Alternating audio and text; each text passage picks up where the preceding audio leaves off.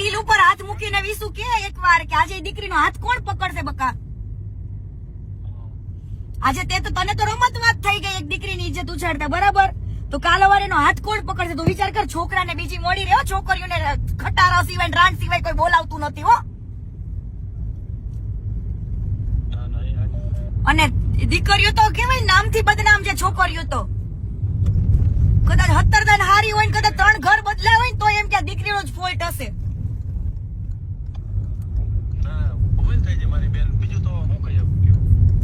તું તને દિલથી એવું નથી થતું કે દીકરીને મારે માફી માંગી લેવી જોઈએ એવું? બેન જો સાંભળો, હું તમને આપણે હે ને તમે કયો ને એ જગ્યાએ તમે હું મળવા આવું અથવા તમે આ ગૌતમભાઈ કે તો અહીંયા આવો, હું તમને રૂબરૂ એ ઉભી છે હું એની માફી માંગી લઈશ. બેન એવું નથી કેતી. સોશિયલ મીડિયામાં તે ચકાયું હતું, તને નડવા આવી ક્યાંય? ઈ તને નડવા આવી આજ દિવસ સુધીનો રેકોર્ડ બતાવી કે દીકરીએ તને ઊંચા અવાજે વાત કરી હોય તો હાલ. છેલ્લે તમારા ડિવોર્સ થયા ને તોય હસતા મોઢે ગઈ હતી. તો પછી ન્યા સુધી તારી એની વેદના ભૂલાય નહીં બકા. ના ના ભાઈસેબેન મારી ભૂલ લેખશો. જો આ જિંદગી વિસુ એક જ વાર મળે છે. જો જિંદગીમાં તને એકવાર તને તારી ભૂલનો અહેસાસ થઈ ગયો ને તો ભગવાને તારી ભૂલ માફ કરી દે હો.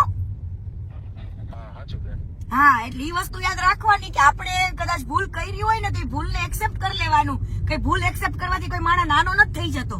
તો આ તું એક્સેપ્ટ કરી દે દીકરીને, એના ઉપર જે કલંક લાગ્યા છે ને કલંક દૂર થઈ જાય. કાલ સવારે એને બીજું ઘર વસાવવું હોય ને તો વસાવે. અત્યારે એને હાથ કોઈ ઝાલવા વાળું નથી વિસુ.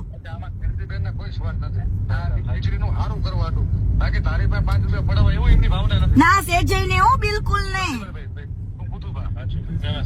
ગૌતમભાઈ પૂછો, ગૌતમભાઈ મેં એવું કીધું તું દીકરીને લાલચ નથી.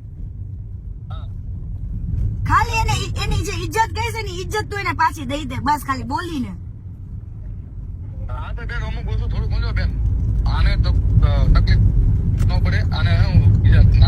તકલીફ જો ગૌતમભાઈ, એને જયારે ઈ બોલતો હતો ત્યારે દીકરીની તકલીફ નહોતી પડી. અમુક વસ્તુ થોડી લેટરો કરી કોને એ રીતના વિડીયો બનાવી નાખે, પણ થોડું એનું હચું જેવું કરજો બેન.